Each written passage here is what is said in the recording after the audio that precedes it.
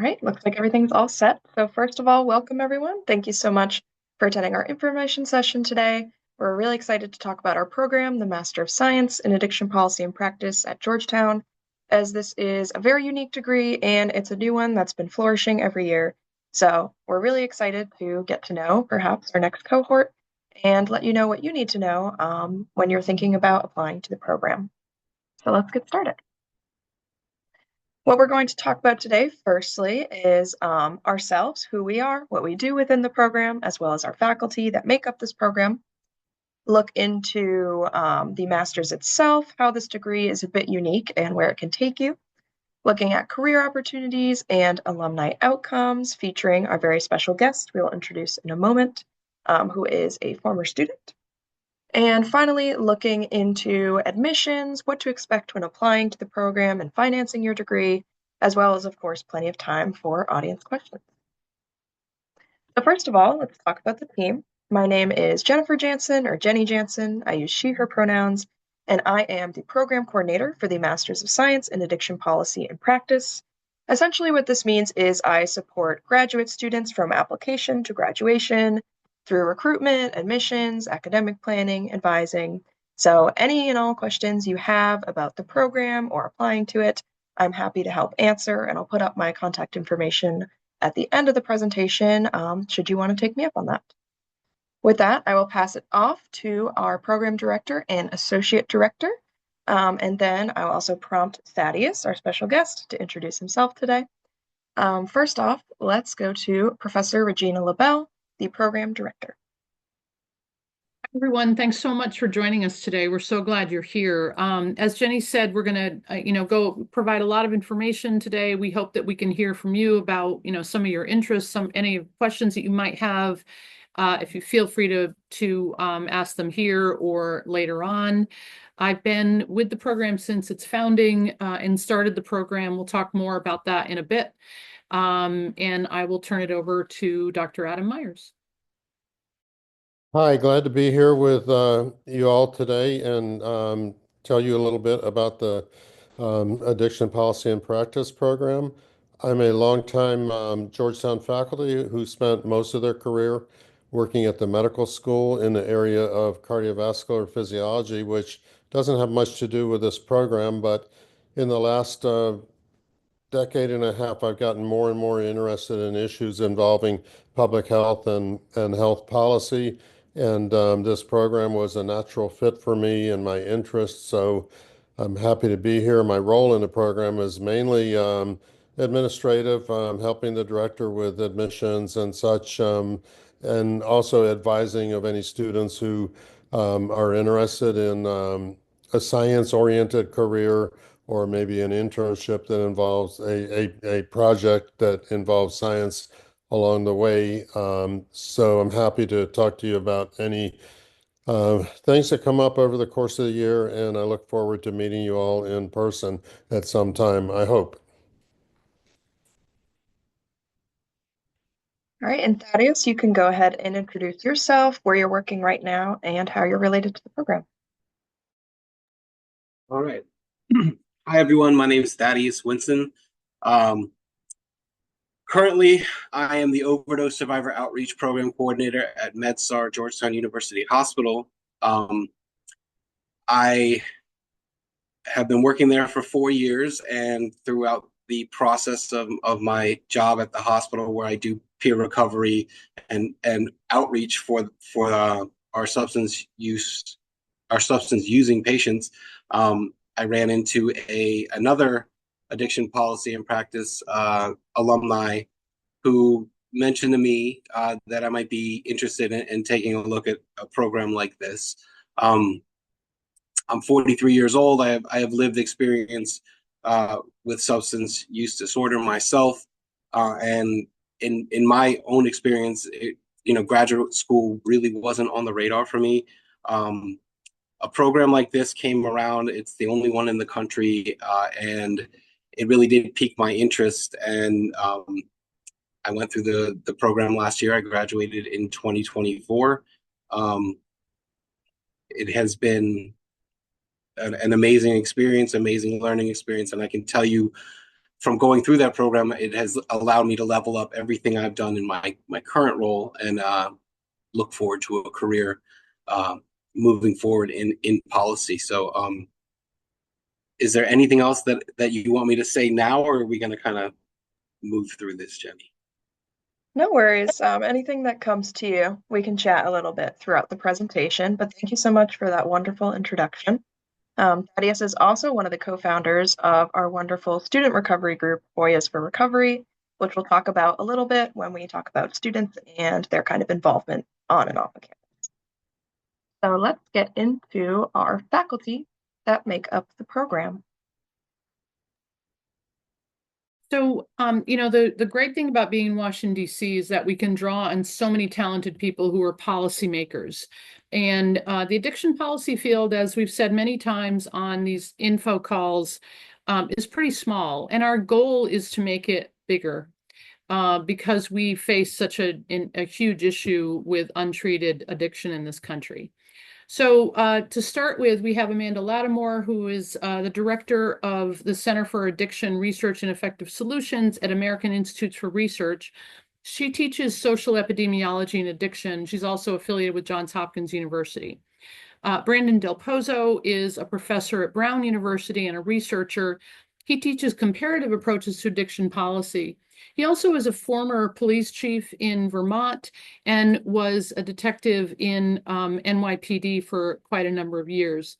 And then Dr. Wilson Compton teaches Foundations of Addiction 1 and 2 that's offered throughout the year. We're going to go over the curriculum in a minute.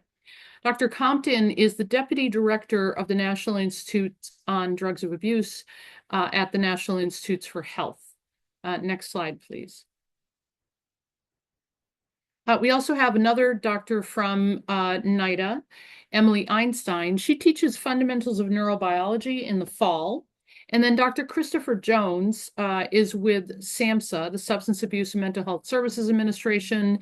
He teaches 2 classes, both summers, in data and statistics. Dr. Talid El-Sabawy is affiliated as a professor right now with she actually just moved to Wayne State, and she teaches U.S. addiction policy in the first summer. Next slide, please.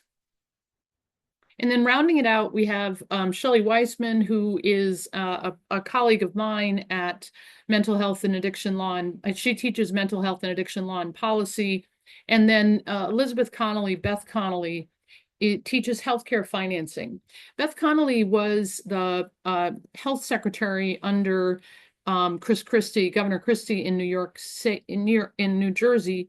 She also served as the head of the public health branch in the White House Office of National Drug Control Policy, and recently left that position and is now at a consulting firm. So that's kind of the team of the folks who teach. We have people with lived experience among our professors. You know, it's really important that we walk the talk in our program. And so we really emphasize bringing people in with lived experience for the entirety of the program. Next slide, please.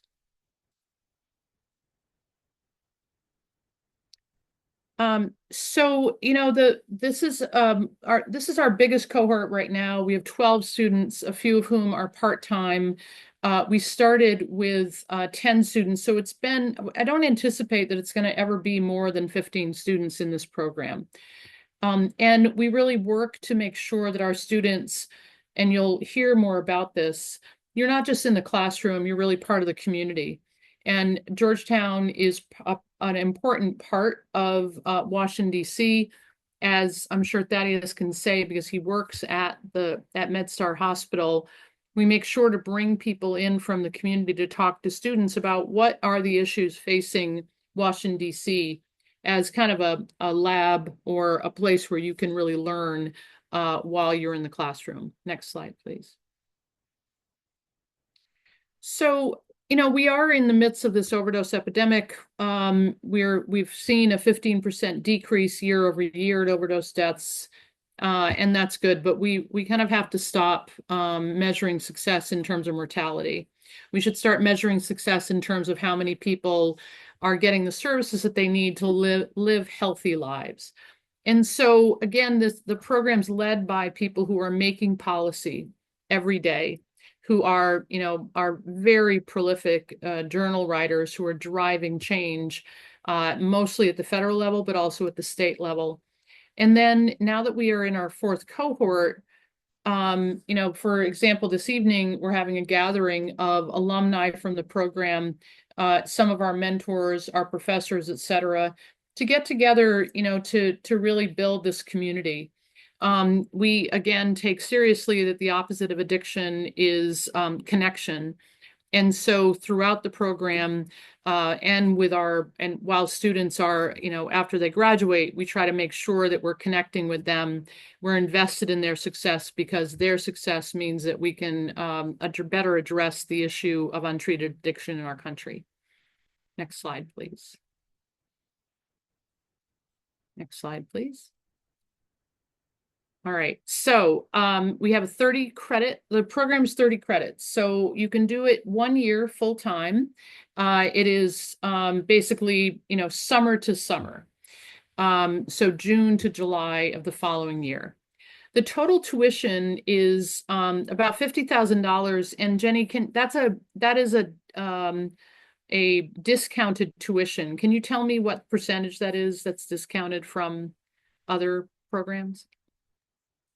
That is a good question. I would have to look that up, but I think that typically for graduate school programs, the tuition runs at about $2,000 per credit. So I think it's about a 30% tuition. So the reason we do that is because, it's kind of, that's what the cost is. We are, as a new program, don't have a lot of scholarships to give out.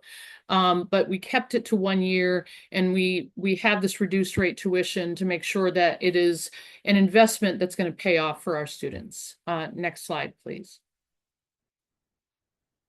So this is the standard full-time schedule. So in the first summer, you take healthcare finance with Beth Connolly, so that you're learning about, parity, the Affordable Care Act, how addiction is funded. It's not your traditional healthcare finance class. It's really focused, obviously, on how we get services to people who may have untreated addiction.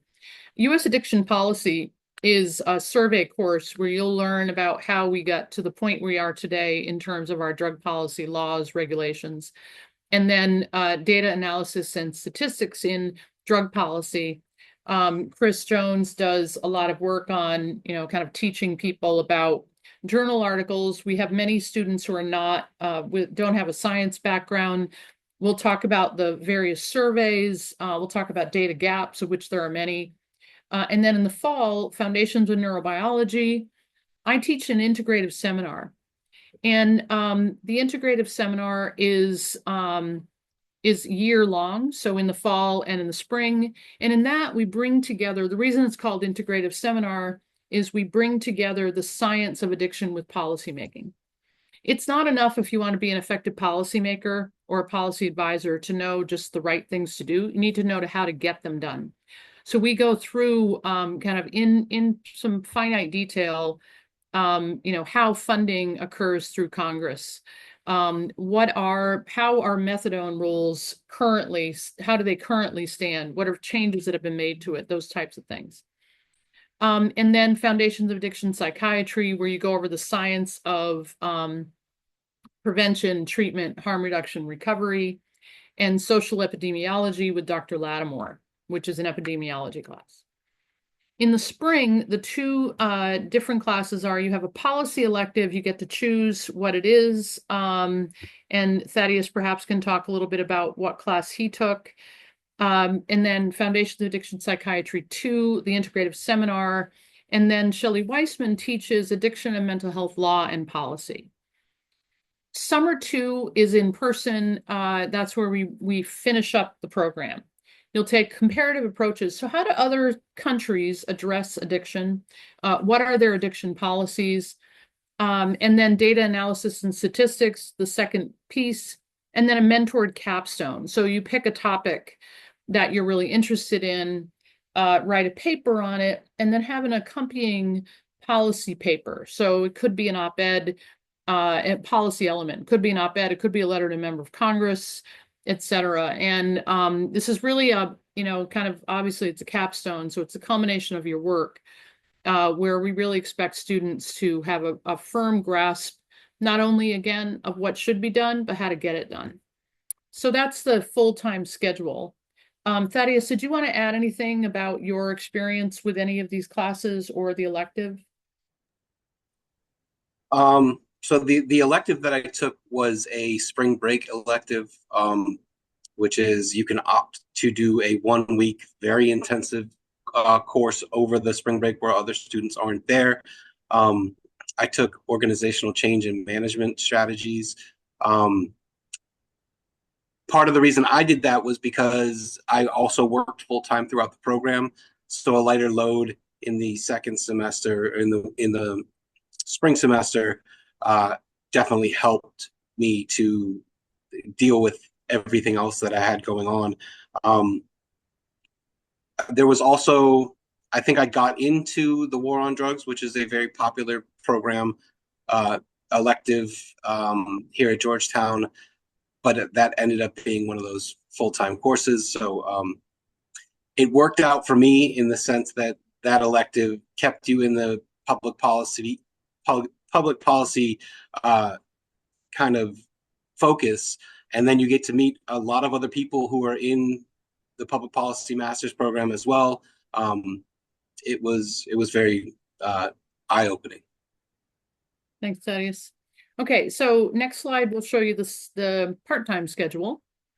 And the part-time schedule, it just extends it, over 2 years. Now it's called year 3 because there's a summer, you have to finish it out with the summer program.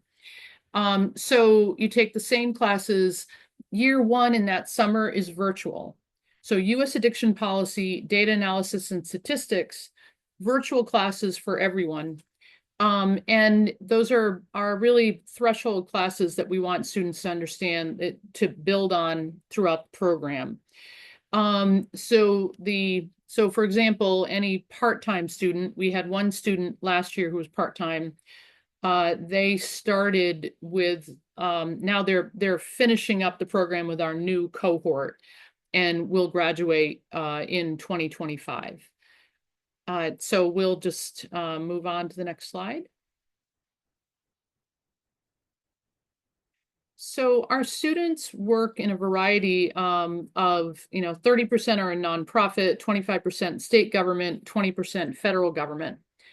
Work at a number of places. So the American Society of Addiction Medicine, American Medical Association, 2 work at the White House Office of National Drug Control Policy, and state government, so DC, New York.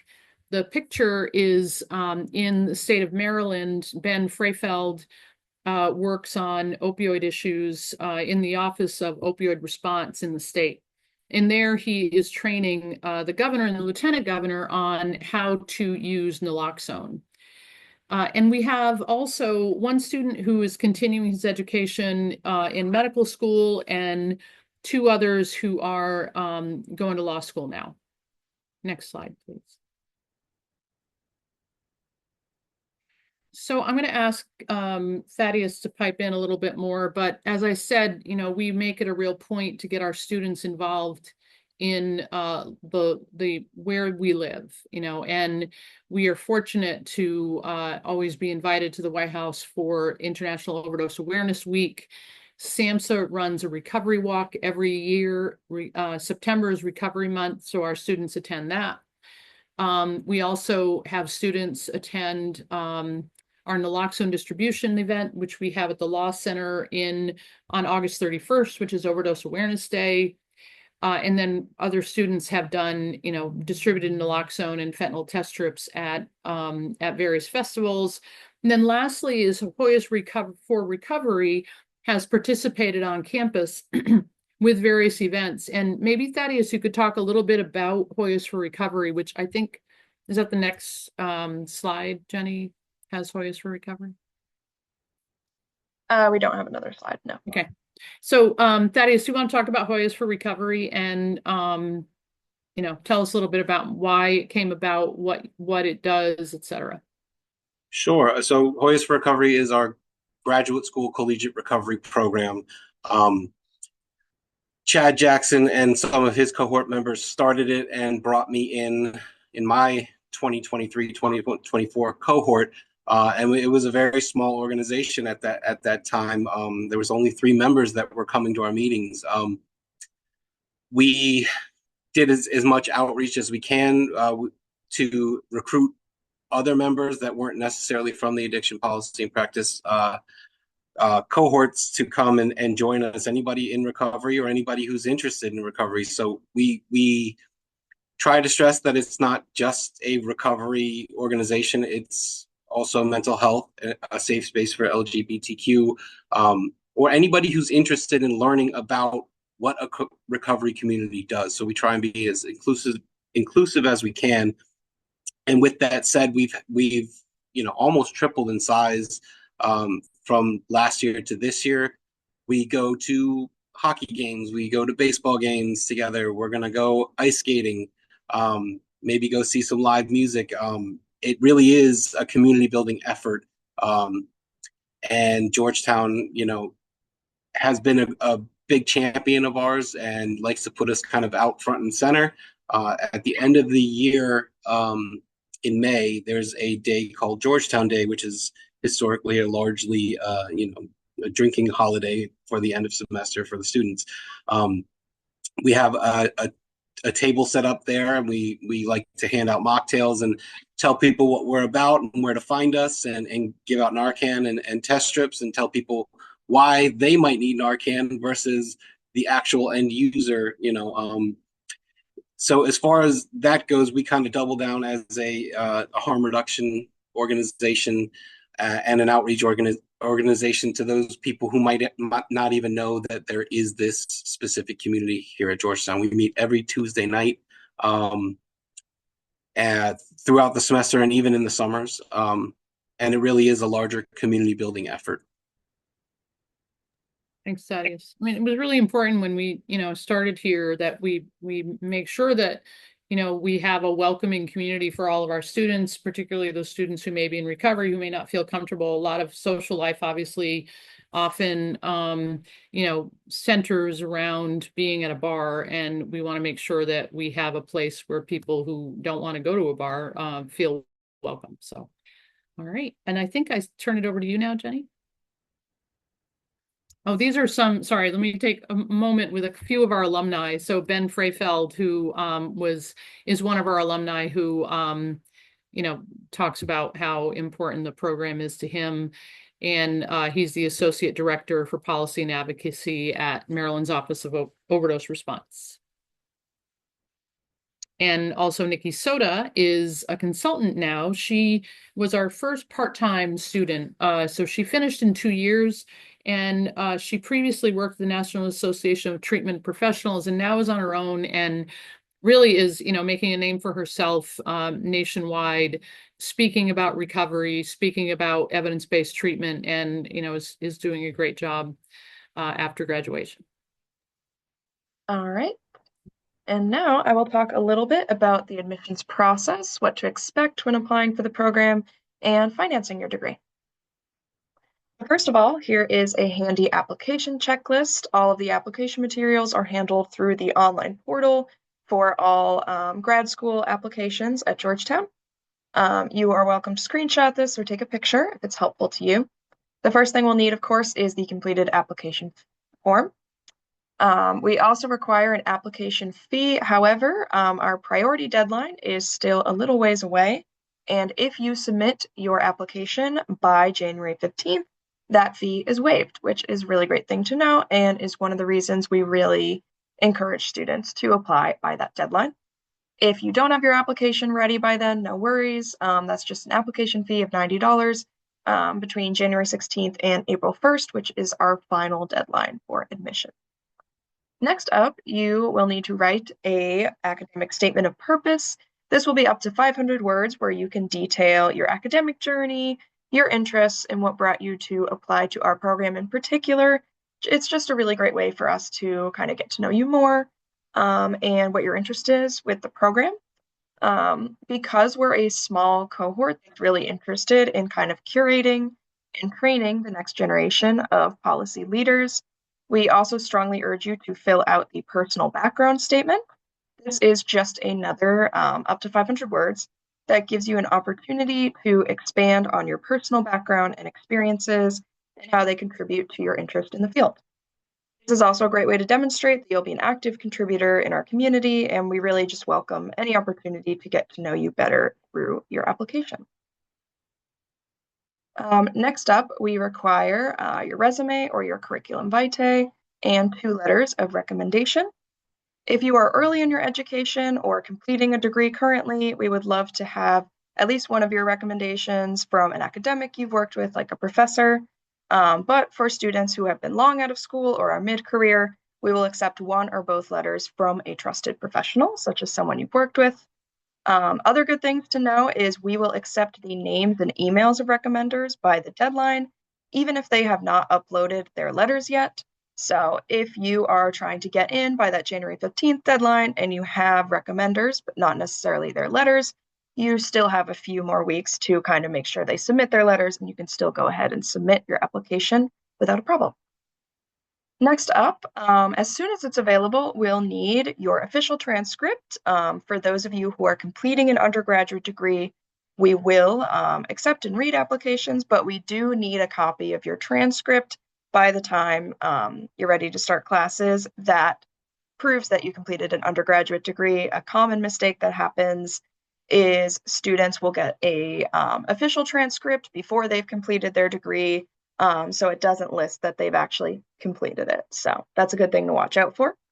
But similar to letters of recommendation, you have extra time to get that official transcript. So unofficial ones will be accepted by both deadlines. Just make sure you have a way to get that official one before the start of classes. Finally, for those of you who are non-native English speakers, there is a demonstration of English language proficiency requirement. This is waived if you attended a school where English was the primary language of instruction. If you do feel like this applies to you, however, you'll see on the right here the minimum scores required on the 2 tests we accept, which are the TOEFL and the IELTS test. And you'll also see that we do not require a GRE, which is another good thing to know. All right, so what does it take to be considered eligible for admission to the program? First off, applicants must hold a bachelor's degree or equivalent from an accredited institution. If you are from a foreign university, it's very helpful for us to have a WES evaluation. You can go on their website and find out more about how to order one, but this is a great way that we can ensure that your degree translates to a 4-year undergraduate degree in the United States. Next up, again, we are a program that is rooted in evidence-based change and also really driven by compassion. We really want people who match those values and are ready to go out and make an impact in the workforce. With that being said, we really want to see people who have a demonstrated interest in the subject matter, whether it's addiction policy, public policy, social science, healthcare, or community service. Any way that your application through your writing and your resume and other materials can show your real passion for this degree, the better. Of course, because we have students who have experience with the incarceral system and with recovery themselves or are around people who have experience with recovery, we absolutely give consideration to individuals with lived experience, and we'd really just love to see what makes you a great applicant to the program. So even if that demonstrated interest doesn't come in the kind of style of typical schooling, we want to hear about it.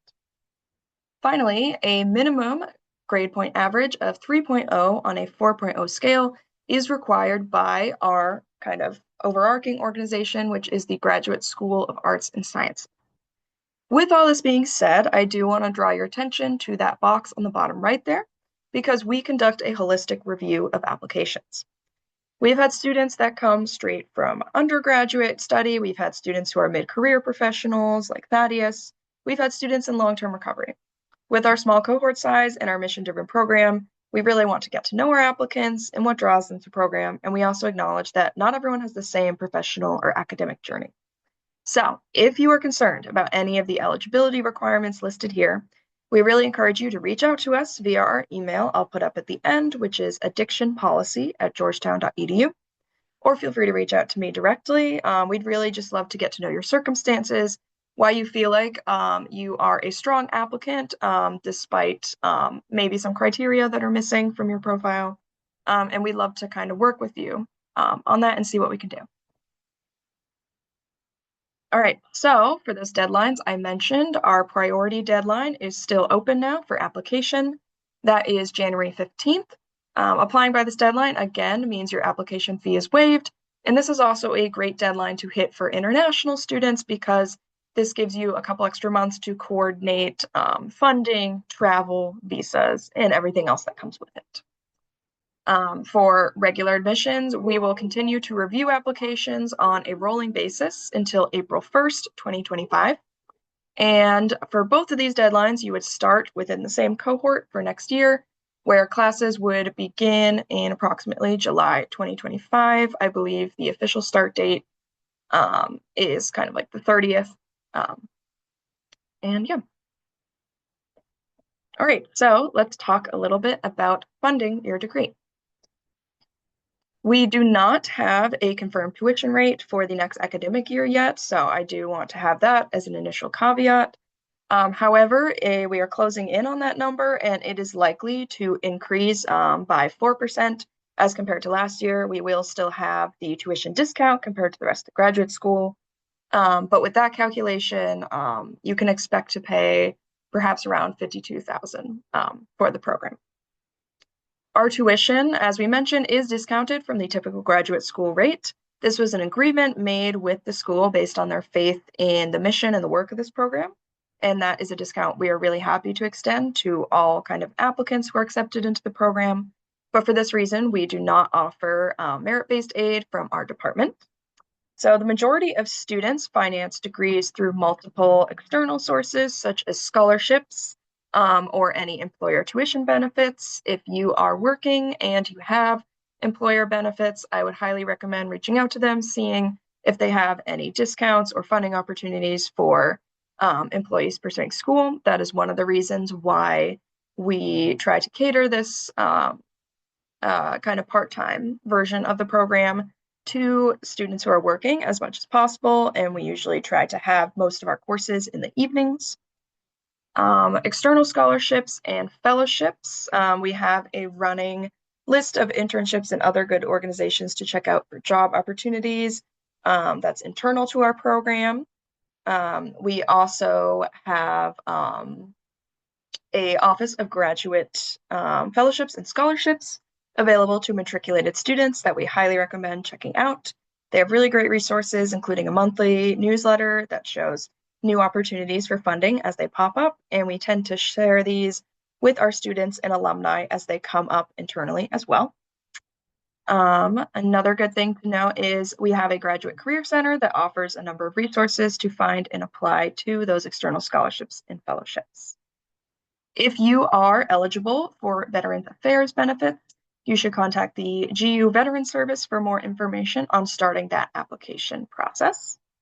And we also encourage our applicants to apply to the free application for federal student aid, or the FAFSA. It is open to graduate students. It is free to fill out, and you could be found eligible for federal low-interest student loans or be awarded federal work study, which would allow you to apply to federal work study designated positions on campus.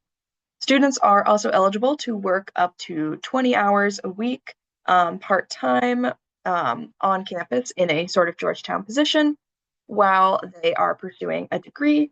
So you can also check out the kind of regular offerings people have for students to work around the university, whether in different programs. For example, we host and hire a digital support specialist for our team from other programs every year. And we have a number of research assistant positions, teaching assistant positions through different departments across the university that are always good to check out.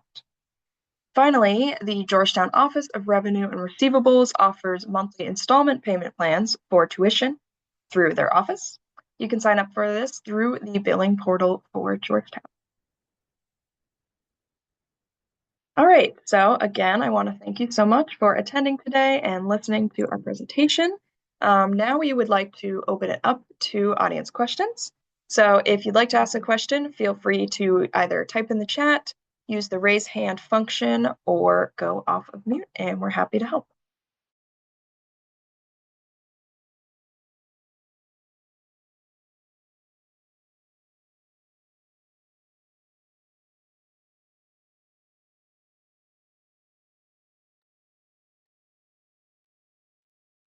Thaddeus, any more you want to add about your, I'm sorry, did we get a question? Yes, we did, but you're also welcome to go ahead. Yeah, I didn't know, Thaddeus, if you had anything else to add to what we've talked about. Well, as Jenny mentioned before, I'm a mid-career professional. I had previous, lived experience, a bachelor's in criminal justice, and then I worked in residential treatment and adolescent mental health treatment. I think when I was in 2022, I was in a counseling program where I was getting my counseling certificate, and one of my mentors in that program mentioned to me, if you want to do the most good in this field, you should check out Georgetown's Addiction Policy and Practice Program, which I found wild. I said to him, hey, I work at Georgetown. And he's like, well, then, you should look into that. That was the first time I ever heard of a program like this. And to wind up in it and to go through it and to see the benefit that my outlook on SUD has had and the career path that I have before me, I think it's something very special that if you have the ability to do it, it would be worth your while. I think that's just my ringing endorsement of the program. The professors that we have and the attention that each individual student is given is access to titans of this industry that you would never get otherwise. So it's just my ringing endorsement of the program and what it can do. Thanks. Some questions coming in now. Thanks so much, Thaddeus. One question that was sent to me was about if the program ever accepts non-matriculated students to enroll in audit classes for non-credits.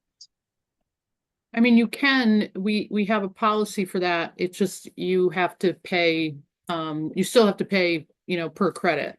So it's up to you if you can do that. But we do, it is allowed under Georgetown rules. Right, great.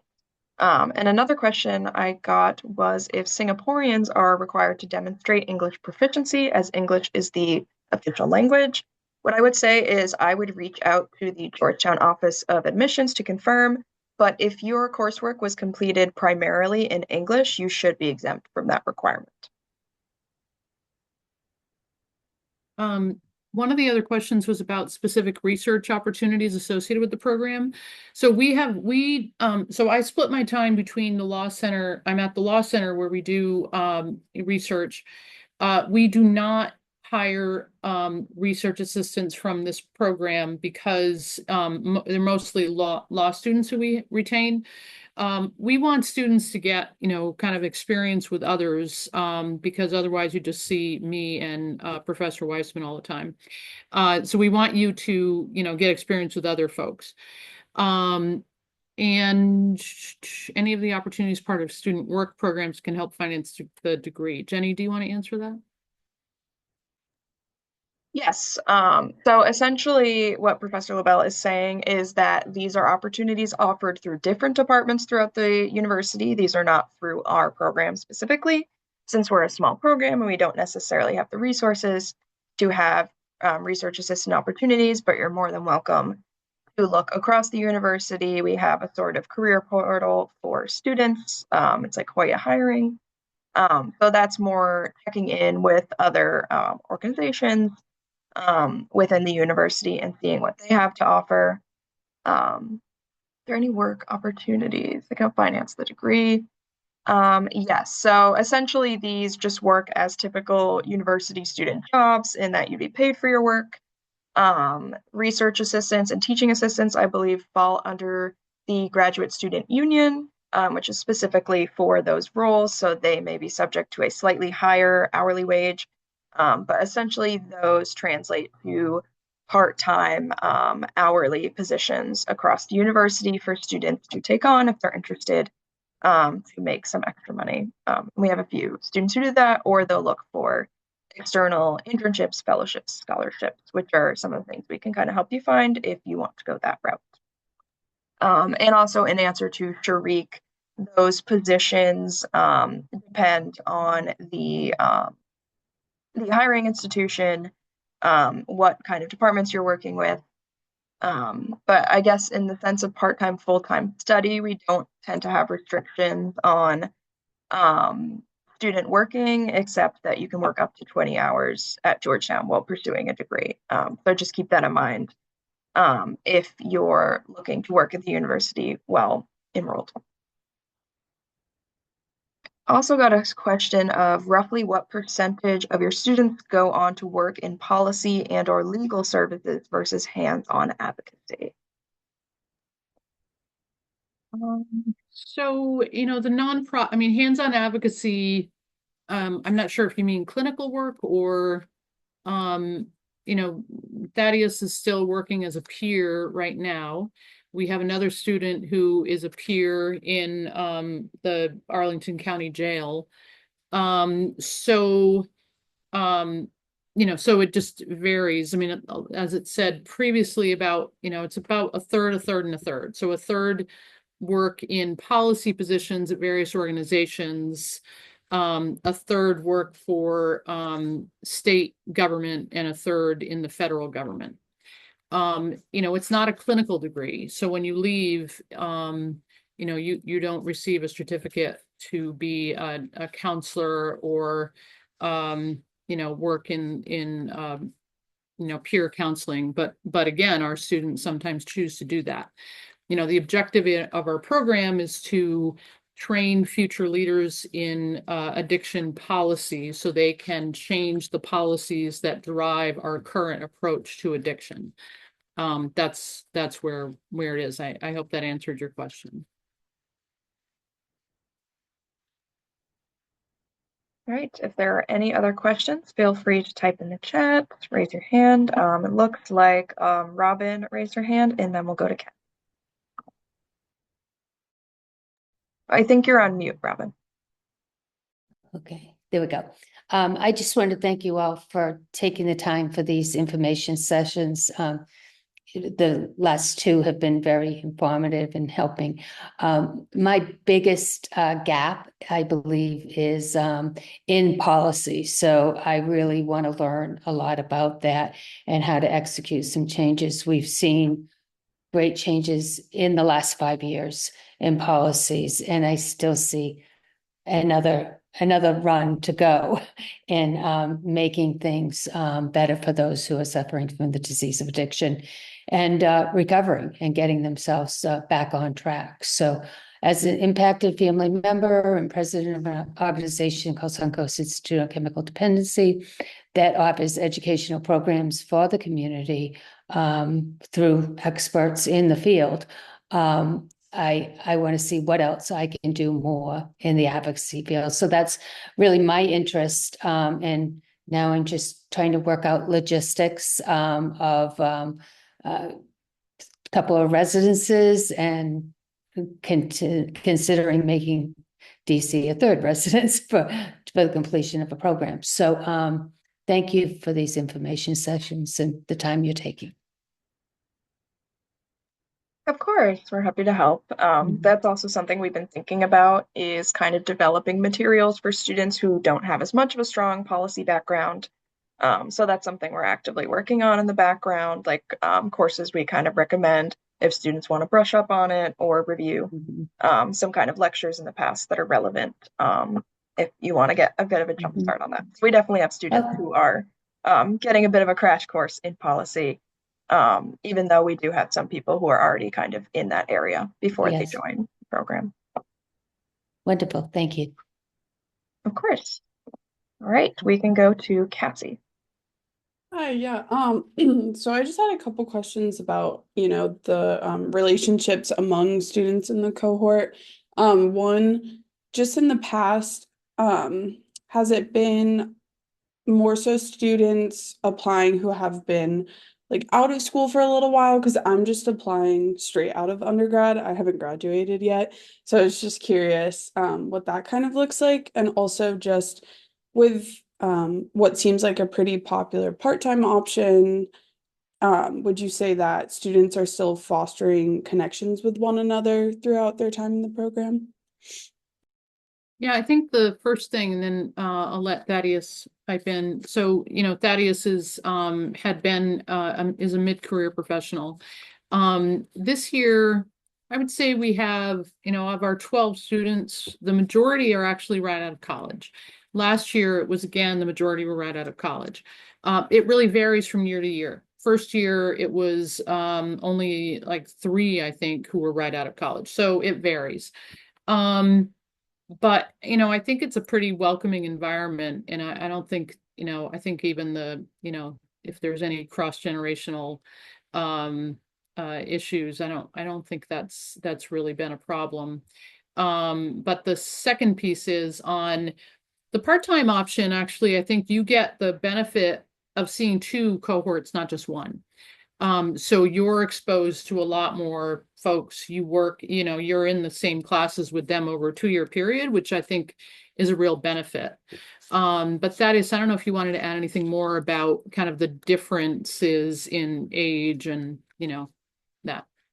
Sure. I mean, in my cohort, I was 10 years older than everybody else, and then, 20 years older than some of them. But we're still great friends today. I don't think it really made a difference, and I see it the same in this current cohort.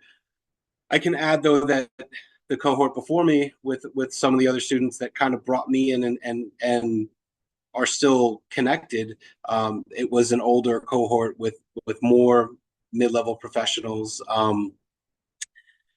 I don't know. I didn't feel any type of way about that. I think I was the exception and not the rule. In my cohort, there's much younger people who didn't necessarily have lived experience or work experience, but had an interest and a passion in the field.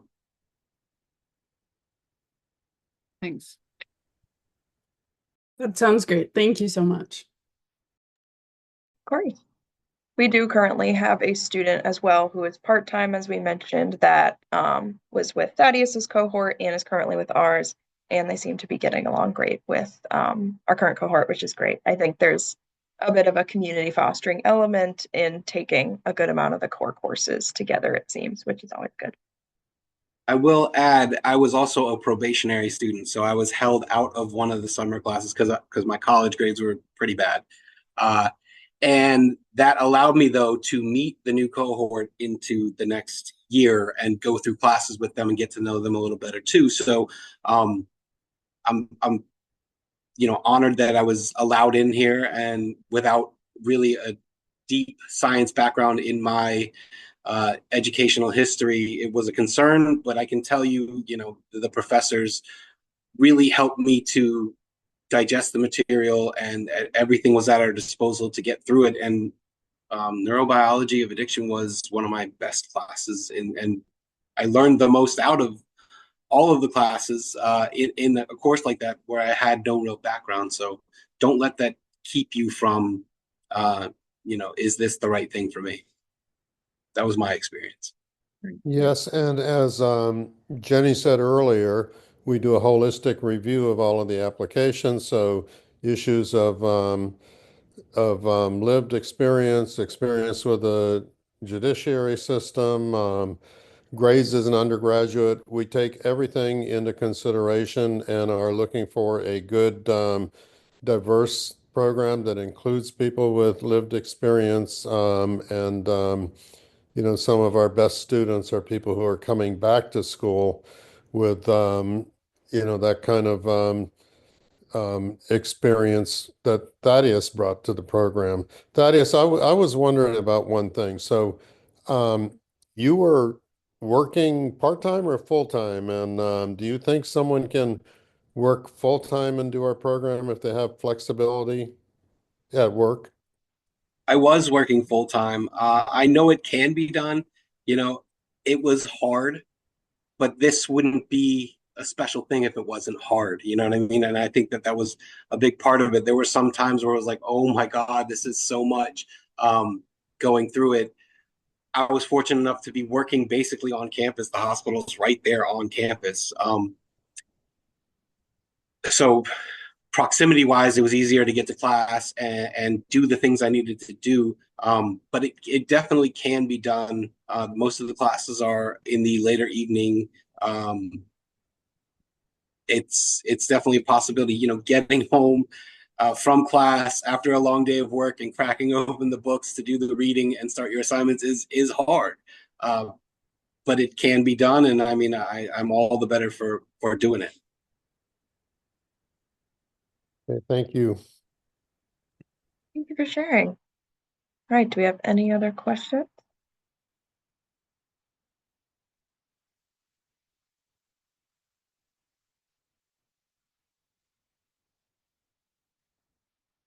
All right, well, if that's all we have, I will put up our contact information on the screen for anything that may come up after this session today. But thank you once again for attending. It's a real pleasure to spend time with you all, get to know you, what you're interested in as you're thinking about applying to the program. And you'll see here our contact information.